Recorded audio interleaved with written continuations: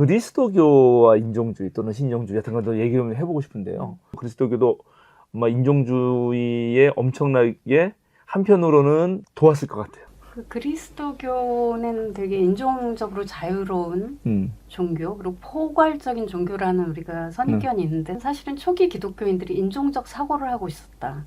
그런 거예요. 어디서 이제 그런 사고가 보이냐면 갈라디아서 3장 28절에 보면은 유대인이나 헬라인이나 그다음에 종이나 자유인이나 그리고 남자나 여자나 그리스도 안에서 하나이다 라고 하는 말씀인데 이게 초기 기독교 당시에 그 세례시의 고백문이었어요. 근데 그런 걸 보면서 와, 기독교는 진짜 모든 사람을 포괄하는 아주 보편적인 종교구나.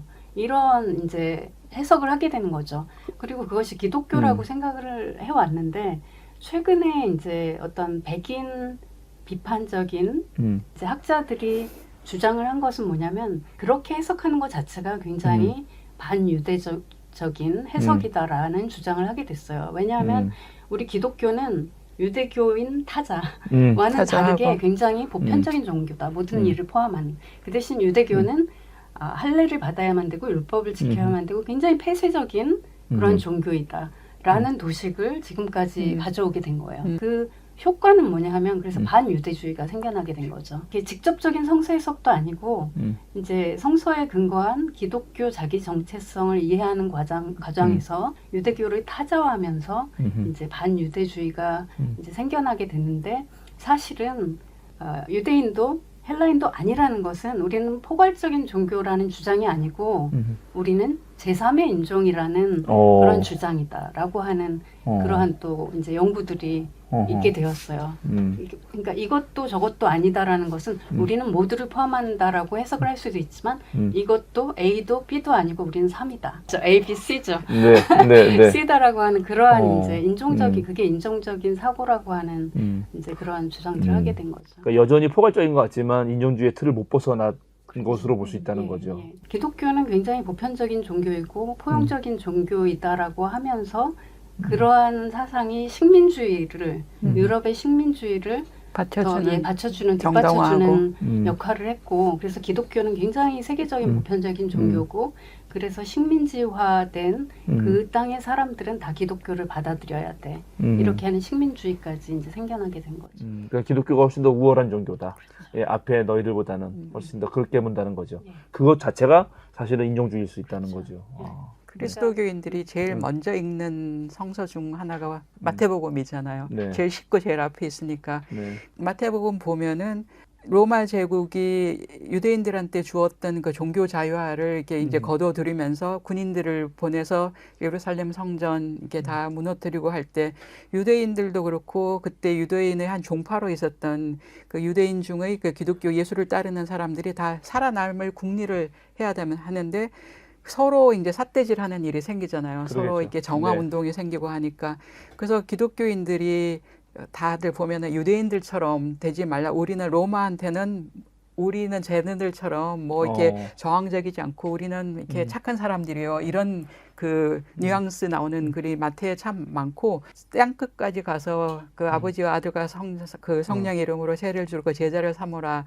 그게 로마 제국의 그 확장 정책하고 거의 그 상통하는 똑같은 개념으로 하면서 그런 거를 표현하면서 우리는 그 안으로는 교인들을 단속하지만 겉으로는 로마한테 우리 나쁜 애들 아니에요. 우리 나쁜 애들 아니에요. 쟤네 유대인들이 문제예요. 이런 거게 참 많이 남아 있거든요. 근데 그거를 지금 그 이후 세대들은 이제 유대인들 차별하는 그런 그 반유대주의 정거를 정당화하고 기독교의 우월성을 하고 그리고 그게 제국주의 확장하고 같이 맞물려서 지금까지 2000년 왔다고 보거든요. 저도 이제 말씀을 듣고 나니까 바울이 뭐 율법과 믿음 비교하면서 율법은 되게 나쁜 것처럼 제가 예전에 무슨 수업 시간에 교수님이 율법에도 생명이 있는 거라고 그때 제가 살짝 깜짝 놀랐거든요.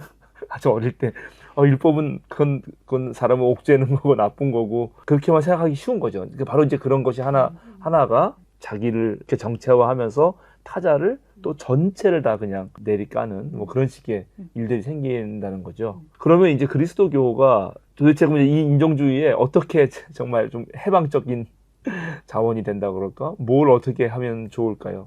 그리스도교가 이런 제국화에 앞장선 그 백인 기독교, 서구 기독교도 있지만은 또 해방신학, 그리고 흑인 해방신학, 남미 해방신학, 민중신학처럼 저항의 그 운동의 그 기본이 된 그 전통도 강하게 있는데 비록 소수이지만은 그래서 성서를 그런 관점에서 다시 읽기, 그리고 인종이라는 의식을 가지고 또 성서를 다시 읽기, 그리고 이게 성서를 읽는 그 결과가 어떤 그 결과를 도출해내야 내는지 그거에 대한 비판적인 성찰도 필요하고, 그래서 그리스도교에서 해온 그 해방 운동이 좀 더 많이 가운데로 많이 우리가 앞세웠으면 좋겠어요. 그러니까 기독교 엘리자베스 슈슐러 피오렌자 교수가 말했지만은 성서가 돌도 되고 빵도 되듯이, 근데 지금까지 그 인종차별을 강화하고 제국주의의 도구로 쓰인 기독교가 돌 역할을 계속해서 해왔다면은 빵의 역할을 한 기독교 운동을 부활해야 되고, 그 빵의 역할을 하는 기독교는 밑에서부터 오는 그 제도의 신여가 아니라 민중 속에서 숨쉬시는 그 하나님이 만들어내는 그 자유에서 다시 생산해낸 구성신학. 그래서 저는 구성신학이란 말을 참 좋아하는데, 이제 시스테매틱은 그렇죠. 그러니까 그런 그래서 저는 또 실천신학자가 된 이유도 있기도 한데, 그런 역할들을 보편하고 강화해야 될 것 같은 것이 정말 더 중요한 것 같아요, 요즘. 성서는 일반적인 평범한 교회에서 성서는 그냥 무조건 하나님 말씀이고요. 그리고 그것도 문자 그대로 적용해야 되기 때문에, 근데 문자 그대로 적용한다고 하면서도 또 가만 보면 자기네들이 좋아하는 것만 또 적용해요. 거의 다 그렇게 하거든요. 그러니까는 이 인종주의를 공부를 하고 그런 시각에서 성서를 다시 볼 수 있는 눈도 필요하고, 그리고 성서를 가져올 때도 그걸 해석하는 해석 공동체가 어떻게 더 윤리적으로 더 나아갈 수 있는 건지, 정말 그런 성찰이 엄청 필요할 것 같네요. 1992년에 남미에서 쿠스코라고 하는 페루의 잉카 제국의 이제 수도였던 그곳에서 이제 상징적으로 존 폴 2세한테 그 상징적으로 성경을 되돌려주는 그런 예식을 행했어요. 카톨릭 교회를 향해서. 이 성경을 우리한테 줬는데, 당신들이 성경을 우리한테 줬는데, 이 성경은 우리에게 사랑이나 또 평화나 정의나 그 어떤 것도 가져다 주지 않았다. 이 성경을 다시 돌려준다. 우리 땅을 돌려달라. 이런 말을 했거든요. 500주년 컬럼버스의 그 신대륙 소위 발견이라고 하는 것을 기념하면서 했던 행동이에요. 그래서 성경이 이런 교회 역사 속에서 또 세계 역사 속에서 얼마나 이제 그런 중요한 역할을 해왔는가, 이런 부분에 말씀하신 것처럼 살펴보면서 비판적으로 그런 성경이 오용되고 남용된 그런 부분들을 살펴봐야 되고, 또 저희 자신들이 이런 한국의 그리스도 교회가 그것에 가담한 부분이 있다면 회개해야 된다고 생각을 하고요. 그 다음에 전 세계적으로 지금 내셔널리즘, 국가주의와 우익주의와 그 다음에 기독교가 합체된 그러한 상황, 미국에서의 이제 화이트 크리스찬 내셔널리즘이라고 하는 부분, 그 다음에 우리나라에서의 정광훈이나 손년보 이런 현상, 여기에 모두 지금 맞습니다. 그런 우익적인 정치와 그 다음에 기독교, 그 다음에 이런 성경 모든 것이 결합된 상황이기 때문에 우리가 다시 그 성경은 잘못 오용된 성경은 돌려주면서 힘 있는 사람들에게 이러한 원주민들이나 또 억압된 사람들이 그 이후에 진짜 성경을 버린 것이 아니라 사람들과 함께 또 고통받는 민중들과 함께 읽는 그러한 것들을 해냈거든요. 해방신학에서.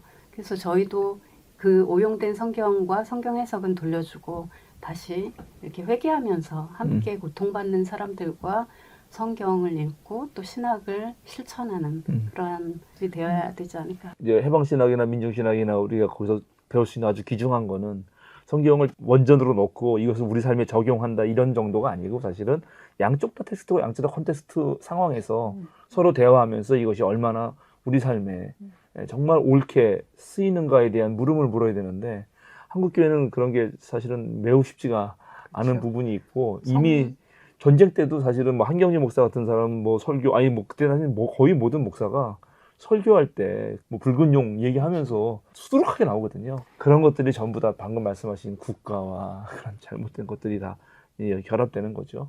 기독교와 성서 해석에 윤리가 참 많이 빠졌는데 정말 윤리회복 운동이 너무 필요한 것 같아요. 그래서 향림교회가 해야 할 일이 많은 것 같아요. 책 쓰신 분은 6분이 나오시는데 책은 5장으로 되어 있고 장 중에 2분은 각각 또 한 장씩 맡으셨죠. 네. 본인들이 좀 쓰신 얘기도 좀 해주시면 좋을 것 같은데요. 간단하게. 저는 이제 실천신학자이기 때문에 한국의 다문화 목회가 어떻게 인종화의 도구로 쓰이고 있는지를 한번 분석을 해봤어요. 그래서 이제 가장 자료가 접근성이 쉬운 그 순복음교회, 사랑의 교회, 온누리 교회에서 일어나고 있는 다문화 목회가 어떤 식으로 진행되고 있는지를 보면서 다 대형 교회네요. 네, 그러니까 다른 교회들은 이제 자료가 많지 않으니까 보면서 다문화라는 말 자체가 차별적인 단어거든요. 아까 말씀하셨듯이 글로벌 패밀리는 백인들한테 사용되고 그 동남아 이주민이나 중국에서 온 조선족 교포들은 다문화잖아요. 그래서 다문화 자체가 벌써 이제 차별을 포함하고 있는 그런 단어인데 그런 다문화 목회가 우리가 인종주의를 극복하려면은 서로가 우리가 다 동등한 구조 자체가 만들어지는데 그런 구조에 대한 변화 전혀 없이 다문화 목회라는 이름으로 이분들한테 한글을 가르치고 물론 굉장히 중요하죠. 그리고 경제적인 지원도 하고 한글도 가르치고 하는데 그게 우리가 가지고 있는 그 우리라는 사회의 그 단일민족주의 사회에 동화될 수 있게 편입시키는 그 과정이 지금 다문화 목회이기 때문에 다문화 목회라는 이름으로 인종화 인종주의, 타자화가 계속해서 반복돼서 진행되고 그게 제도화돼 있는 그런 상태로 봐서 왜 이 다문화 목회가 얼마나 한국의 그 인종차별주의를 만들어내는 도구로 돼 있는가 제 챕터에서는 한번 분석을 해봤습니다. 그건 이제 그분들이 오셔서 우리 살면은 그분들의 문화와 그분들의 언어와 그분들의 것도 충분히 공유돼야 되는데 아니 너 한국 사람이 돼야 돼. 약간 그런 거죠. 그렇죠. 지금. 근데 그걸 교회가 하는 거에도 여전히 되고 있다. 왜냐하면은 우리나라에서 다문화를 제일 많이 진행하는 곳이 정부 기관에서 출연하는 지원을 받는 단체 아니면은 그리스도교 교회들이잖아요. 네. 그 두 축인데 그 다문화 목회라는 이름으로 이 사람들이 동화하는 일 그리고 기독교인이 아닌 국가에서 온 사람들도 기독교와 복음화의 대상으로 여기고 대신 이 사람들이 가지고 온 문화에 대한 그 뭐 존경성이라든지 그거는 필요할 때 1년에 한 번씩 축제 때 보여주는 상품화된 것이고 그리고 이분들이 뭐 교회 그 장로라든지 뭐 지도자 입장에 들어갈 수 있는 그런 제도도 있는 교회가 거의 없고 자기네 공동체 뭐 중국어 예배 뭐 리더 이 정도 역할이지 뭐 순복음교회 장로 중에 뭐 다문화 장로가 나왔다 이런 말은 없잖아요. 네. 그런 제도 자체가 없고 무조건 동화를 중심으로 하는 이런 목회가 의도하지 않게 인종차별주의를 더 만들어내는 그런 결과를 내고 있다는 거죠. 여러분 다 이거 읽으셔야 됩니다. 이거 듣고 다 이제 나 알았다 이러고 안 읽으시면 안 됩니다. 최 교수님도 저는 조금 어려운 시도를 했는데요. 이제 그리스도교의 입장에서 보라고 하니까 제일 이제 전공은 이제 성서학이고 그래서 이제 그 고대 로마 제국부터 해서 또 초기 기독교에 이르기까지 제가 아까 말씀드린 인종적인 사유라는 것은 늘 있어 왔다. 다른 사람들의 그 당시는 겉모양에 따라서 타자화하는 그리고 열등하다고 보는 그런 관점은 쭉 있어 왔다는 것이고요. 예를 들어서 로마 제국에서는 시리아인이나 유대인들은 이 사람들은 종이 되려고 태어난 족속들이다. 이렇게 이제 키케로 같은 그러한 유명한 사람들도 이러한 관점들을 이제 표출을 했고 그래서 당시에는 오늘날 말하는 이제 과학적 인종주의, 뭐 문화적 인종주의 이런 것은 없었지만 당시에 원형적인 인종주의가 존재를 했고 그 다음에 종족적인 편견들이 있었다는 거 이제 그 부분을 설명을 하면서 초기 기독교인들도 예외가 아니었다.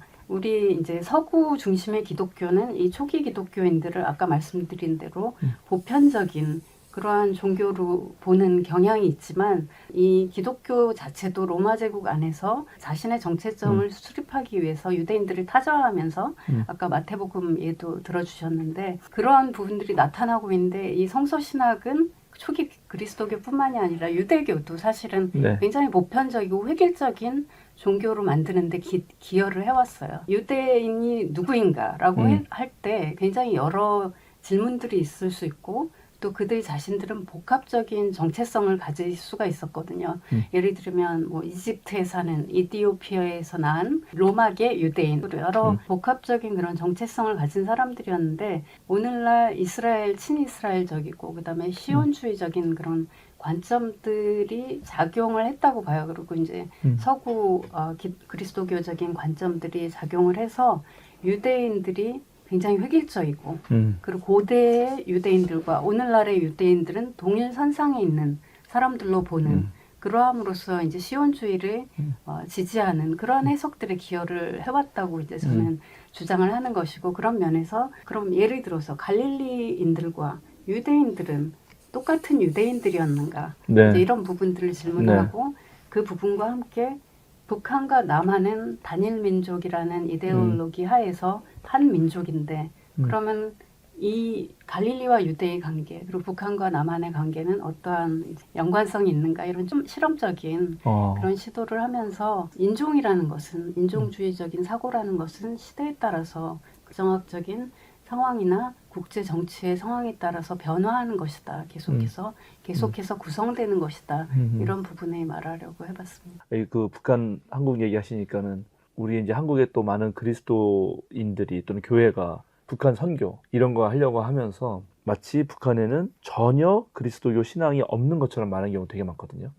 근데 사실 그렇지도 않고 그리고 또 어떤 경우도 있냐면 나중에 통일되면 지금 이제 우리 한국에 통합교단도 보면은 평양노예 막 이런 게 있어요. 대학원 다닐 때 전도사로 했던 교회가 평양노예 소속이었어요. 그리고 저는 그거 진짜 이해가 안 가고 그리고 그런 사람들이 통일되면 자기네 가서 거기 자기 땅 찾는다 이런 생각도 갖고 있거든요. 너무 중요한 인사이트 그 통찰인 것 같아요. 그러니까 특정 지역에 이렇게 연결시킴으로써 자기 정체성을 말하는 그게 다 인종주의적인 사고에 있습니다. 나는 유대 출신, 갈릴리 출신.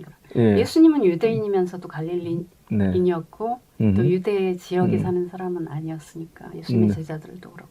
그래서 그런 것들하고도 뭐가 이게 다 연결되는 것 같고요. 좀 더 인종주의를 이런 초국가적인 상황 속에서 살펴보자 할 때 우리는 누구인가 했을 때 우리는 이 한반도 안에 있는 사람들, 한반도 안에 아니면 남한 안에 존재하는 타자들 이렇게 생각하지만 사실 우리의 일부로서 다른 지역에 다른 나라에 속해 있으면서 이제 그 이중에 또는 삼중에 다중에 그런 정체성을 가진 사람들이 많이 있잖아요. 저희 민족 같은 경우는 한국 사람들 같은 경우는 그 디아스포라를 좀 심각하게 고려를 안 하는 것 같아요. 그래서 김은교 선생님께서 쓰신 그 글은 일본에 거주하는 자이니치라고 하는 자이니치, 디아스포라라고 제일 디아스포라라고 부르는 이제 그분들의 역사를 그냥 역사적으로 서술하는 게 아니라 문학 작품 파친코를 통해서 이렇게 서술해 주세요. 특별히 이제 파친코에는 그 기독교가 중요한 역할을 하고 있기 때문에 굉장히 재미있게 그런 자이니치 디아스포라의 역사와 또 현실 지금까지 인종화되는 경험들, 인종화 경험들을 자세히 이렇게 볼 수 있을 것 같습니다. 자이니치 같은 경우는 이제 예를 들어서 조선이 망하고 그 일본 제국주의가 되면서 그때 일본을 건너갔던 사람들이 나중에 이게 좀 저기 민단 대한민국을 택할 것인지 아니면 저 북조선을 택할 것인지, 조선을 택할 것인지에 놓고도 그 자기 정체성의 문제를 가지고 되게 고민하는 그런 것들이 많더라고요. 그래서 이제 그런 것도 참 다 생각해 볼 만한데 말씀하신 대로 정말 그 우리는 단일 민족 해가지고 여기 사는 사람만 우리라고 생각하고 그런 데 사는 우리 한국인에 대해서의 그 다양한 정체성 그런 거 정말 생각 안 하는 것 같아요. 한국인뿐만이 아니죠. 제일 조선 다. 거기에 남과 북이 또 있는 거죠. 그렇죠. 그래서 이제 책 중에 다른 저자 중에 김남희 박사는 그 빨갱이가 어떻게 인종화되어 있는 그 경험이고 그리고 제주 4.3 그리고 그 4.3을 경야라는 개념으로 이제 그 계속해서 깨어서 그거를 기억한다는 의미에서 그 빨갱이의 인종화 과정과 경야라는 그 개념으로 다시 한번 비판해보는 시도를 했고 그 김진호 선생님은 극우 기독교와 인종주의를 같이 놓고 보시면서 어떻게 이게 아까 우리가 계속 많이 말했는데 극우 기독교가 인종주의하고 맞물려서 이런 개념으로 행동으로 또 이렇게 광장 정치를 하고 있는지 연결되는가. 지금도 이제 뭐 저희는 정부가 새로 바뀌었는데도 불구하고 이 광장은 뭐 여전한 느낌이 많이 있어서 이 문제도 우리가 정말 풀어갈 되게 중요한 숙제이거든요. 이제 마지막으로 두 선생님 모시고 제가 다 들으면서 제 나름대로 고민이 되고 좀 노력해야겠다. 그러니까 경이야. 정말 밤을 새고 밤을 지내면서 두 눈을 부릅뜨고 생각하는 것 중에 하나는 결국 이거는 사람을 성급한 일반화의 오류. 그렇게 하지 않고 다양성 또는 그 있는 그대로를 그대로 봐줄 수 있는 능력이 되게 필요할 것 같아요. 그런데 말씀하신 대로 이게 이제 복잡하단 말이죠. 가면 갈수록 그걸 다 세부적으로 봐야 되니까. 그러면 그 복잡한 것을 견뎌내야 될 것 같고, 그리고 그 복잡한 것이 또 일종의 구조나 제도나 또 인정 없는 인종주의니까는 잘 드러나지도 않고 은폐된 걸 수도 있고, 이런 거를 해야 될 텐데 그거를 어떻게 해야 되나 그런 생각을 좀 하게 됐어요. 훨씬 더 복잡해지고 복잡성이 증가하는데 가면 갈수록 뭐 예를 들어서 그 우리가 유튜브나 이런 거 보면서 거기서 계속 올라오는 알고리즘에 취해가지고 자신도 모르게 그냥 한쪽으로 확진 편향이 심해지고 있어서 이 부분에 대해서 참 더 심각한 고민을 해야 되겠다 이런 생각을 좀 했습니다. 뭐 동의하고요. 그리고 이게 개인의 문제가 아니라 구조적인 문제이기 때문에 함께 일할 수 있는 동지들이 있어야 돼요. 왜냐하면은 제가 이제 예를 들어서 미국에서 그 차별받고 있는 아시아 여성이잖아요. 네. 근데 제가 계속해서 차별받는 그것만 강조하면서 피해의식, 피해자 코스프레만 하면은 제가 갖고 있는 차별주의를 저는 못 보잖아요.